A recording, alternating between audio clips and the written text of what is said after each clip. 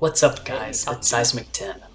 I'm a Masters player on the NA server, and I've started this YouTube channel to educate and to entertain you guys. This video's on playing Chrono Kayle. That's 2 Chrono, 3 Blade Master Kayle. It's really strong right now, but can be hard to play since it has so many variations. I want to go over some of those with you guys, and I hope you enjoy the video.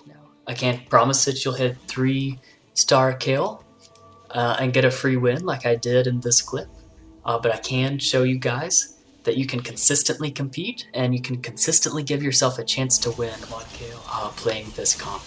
So I hope you enjoy, I hope you have a good time, and let me know what you think.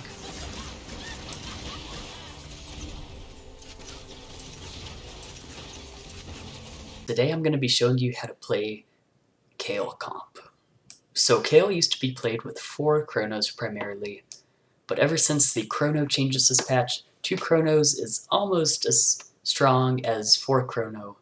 The benefits of going to 4 Chrono are so little, and this is because 2 and 4 Chrono have the same bonus when the round starts. They both get that 15% attack speed.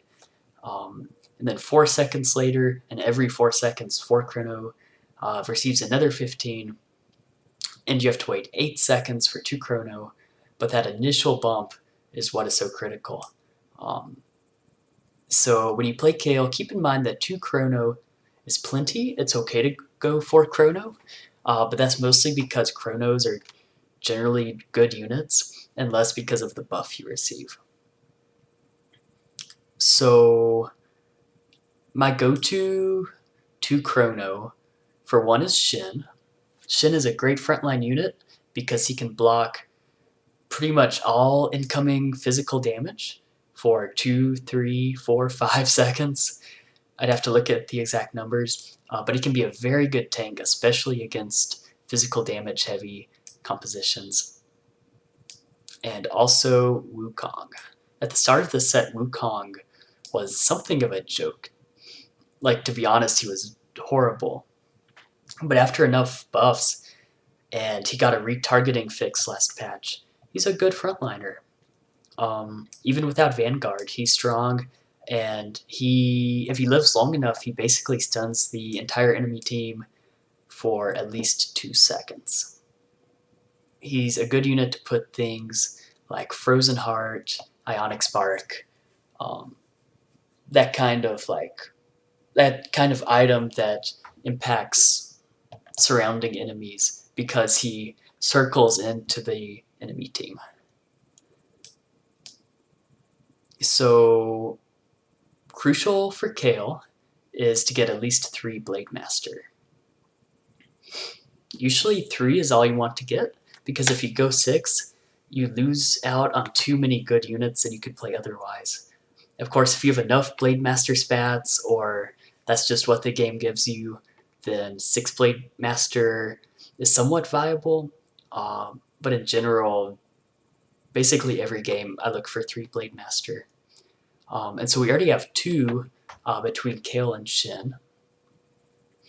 Xayah can be good early game, get 1 more Celestial in, but at level 8, I'm really looking for Irelia if possible. Generally, Irelia is just a better unit. Additionally, she gives Mana Reaver with Kassadin, who also fits very well into the team comp. K is for Kassadin. He's a great frontliner, pretty much stuns opposing teams for multiple seconds if they rely on auto attacks.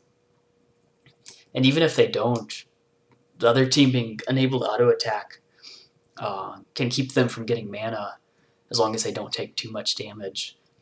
So he can be very good at creating delay for Kayle to get her ability off, start doing that huge damage, as well as mana reaving. You want to position Irelia and Kassadin at key targets on the enemy team. Things like Gangplank, mana reaving, a key carry can definitely decide a fight sometimes. So we have 2 Chrono, 3 Blade Master, 2 Mana Reaver. Kayle is very good with 2 Celestial. She starts doing this huge damage towards the end of a fight because of the way her ability works, and also when she's equipped with a Rage Blade. So having that lifesteal means that it's possible for her to 1v3, 1v4, 1v5 at the end of a fight if things go right. Even that 15% healing of damage dealt can be huge. So ideally, this is Lulu. Lulu, her CC of polymorphing 2 or 4 at 1 or 2 stars can absolutely decide a fight. A very good unit on her own. In this patch, there are a lot of magic damage heavy comps, at least enough to make 2 Mystic very viable. So if you can get Lulu, it's great to play Lulu Karma. You have Karma give a shield and pretty massive attack speed to Kayle. And now you've got this great 2 Celestial, 2 Mystic synergy going on here. So we have 7 units here. And the last unit that I aim for at level 8 is a Valkyrie. Usually I'd rather play 2 Vanguard or just a good unit over Kaisa, but Kaisa can be playable.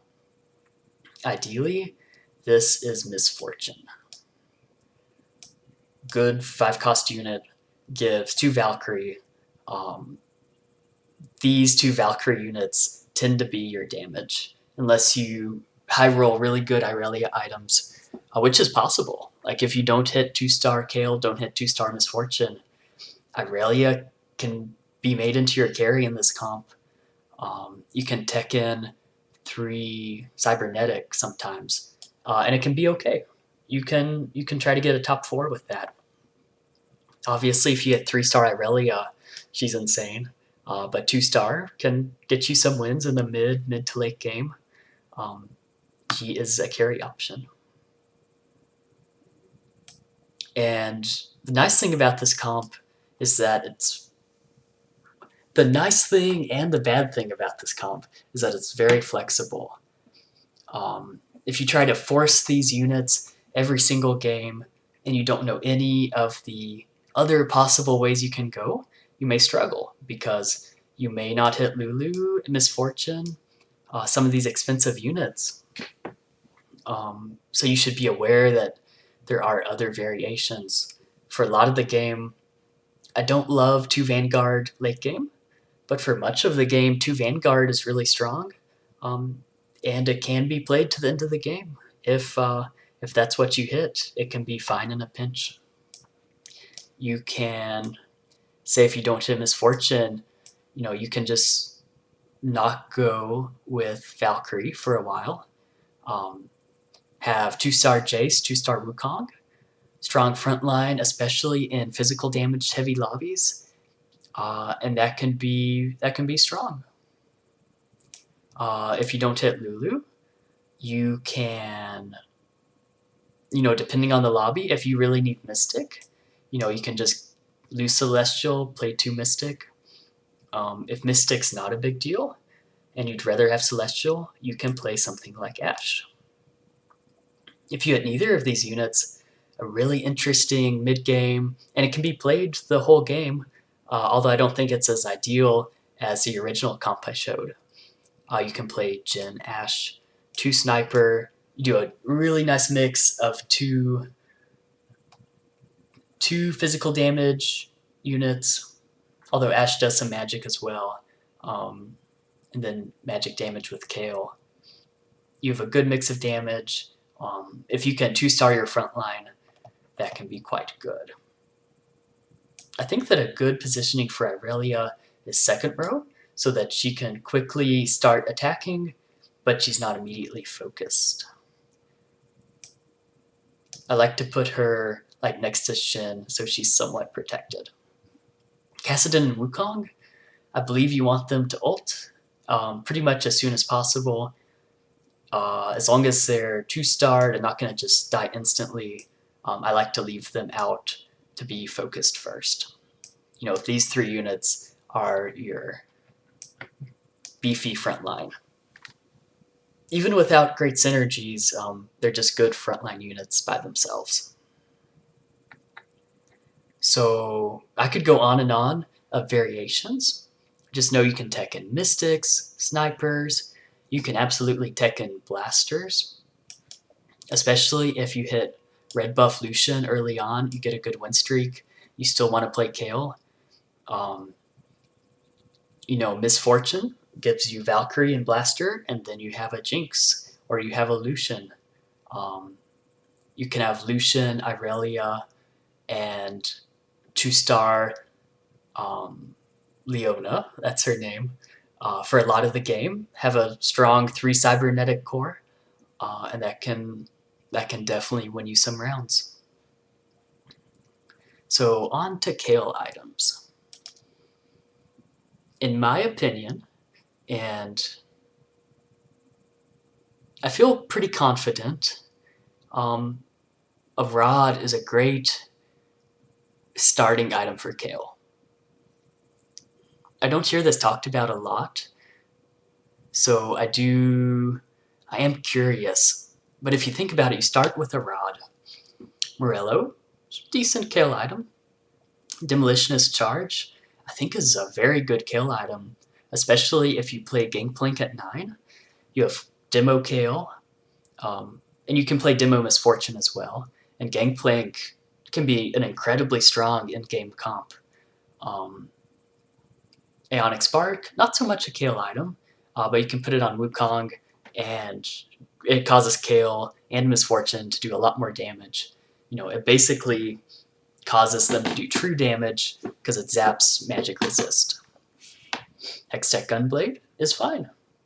Heal for all damage dealt, includes Kayle's magic damage, can make her a very strong sustaining damage dealer. Rabadon's a good Kayle item. More magic damage, as long as you can get her to survive long enough to do this damage, it's a good item. Locket, if you want Kayle to be your carry, this is not ideal.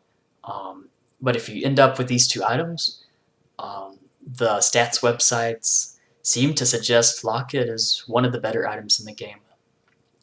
Luden's, I don't like it as a Kayle item. She does enough damage, she only ults once. Jeweled Gauntlet is similar to Rabadon's. You already get some of the benefit with Valkyrie, so I don't think it's as ideal. Although if you have like IE Jeweled Gauntlet and 1 defensive item Kayle, I think it could be quite good. And then Rageblade, the core Kayle item. She attacks faster and faster, plus you get a 20% ability power buff right off the bat, 15% attack speed right off the bat. And then by the time she ults, which is when you care the most about her attack speed, she is dealing damage with a quick succession of waves and can deal massive damage the later a fight goes on. As defensive items, Guardian Angel is good, Trapclaw is good, QSS is good. I like Trapclaw a lot. I think it's just a good item in general. But you really can't go wrong, and it does depend on the lobby. A very good Kayle build can be Rageblade, Deathcap, and 1 defensive item. Perhaps Trapclaw, maybe Guardian Angel. Another very good Kayle item is Rapid Fire Cannon. This can allow you to position her further back because she has basically infinite attack range. Can deal these huge waves of damage that traverse the entire map and makes positioning her more safe, which is absolutely vital.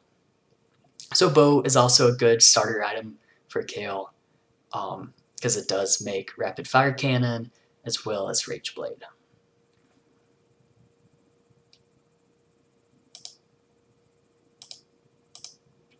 So if we go back to the team here, say we have a rapid fire cannon Kayle, she could be positioned more on the back line. Try to scout, look for infiltrators, anything dangerous that could kill Kayle before she gets a chance to ult. And try to position Kayle away from that. So with RFC, she can be backline and be able to fire at the other team without moving, which can be very key. It doesn't do the same amount of additional damage that some items do. It's only a 30% increase with the two bows, 30% additional attack speed, which means 30% more damage. But the utility is very, very good. Obviously, you don't want Kayle to be hit by Blitzcrank. You don't want her to be hit by Zephyrs. Anything that could delay her getting her ult off or kill her before she even gets the chance.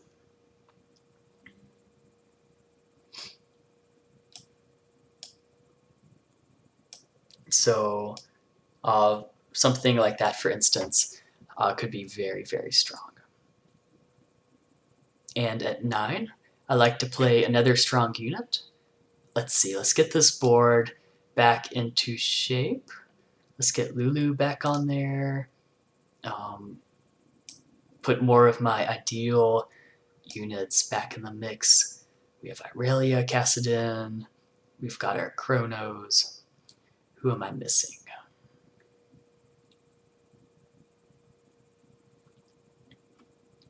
Oh, Misfortune, yeah. Valkyrie can be huge. And then at 9, if you end up with a demo spat, then one of my favorite end-game comps is to go demo spat Kayle. It's super strong. I think it used to be bugged and not work. Now it works perfectly in the games that I've played. The first enemy, the first time each enemy is hit by Kayle with her ability, they're stunned. And they're almost always dead before they become unstunned. It can be so strong. And you can play Rumble until you find Gangplank. And if you have Guardian Angel, Gangplank 2, Kayle 2 with demo, it can be so oppressive. And he's a good frontliner, which your team needs. If you don't hit Gangplank, Thresh is a good option. You can go 3 Mana Reavers. You do want to spread out your Mana Reavers, try to hit 3 different targets, make that ability as strong as possible. Use it to its full benefit by not having your Mana Reavers both attack the same target initially, or in this case, all 3 attacking 1 or 2 targets. And you want to aim for Gangplank, you want to aim for those impactful units, especially ones with high mana pools. So something like this is a great endgame comp. If there's a lot of physical damage, maybe you do go to Vanguard. I don't do that too often, but if you're 1v1 at the end of a game against a Xayah Hyper Roll Shredder, if they have Last Whisper, it probably still doesn't matter too much, but it could save Kayle and Misfortune that extra 0.5 seconds to get their insane damage off. I think that Lulu is sometimes an underrated item holder. If you have Guardian Angel on her, she can almost be a Gangplank type, where she can ult as she's dying, or if she gets bursted down, ult when she comes back to life, and do huge CC, hopefully casting multiple times. It can be a really, really strong comp. You have your pick of so many of the overpowered units, and it's incredibly flexible. So I hope that you learned something. I hope that you were entertained. Yeah, let me know what you think.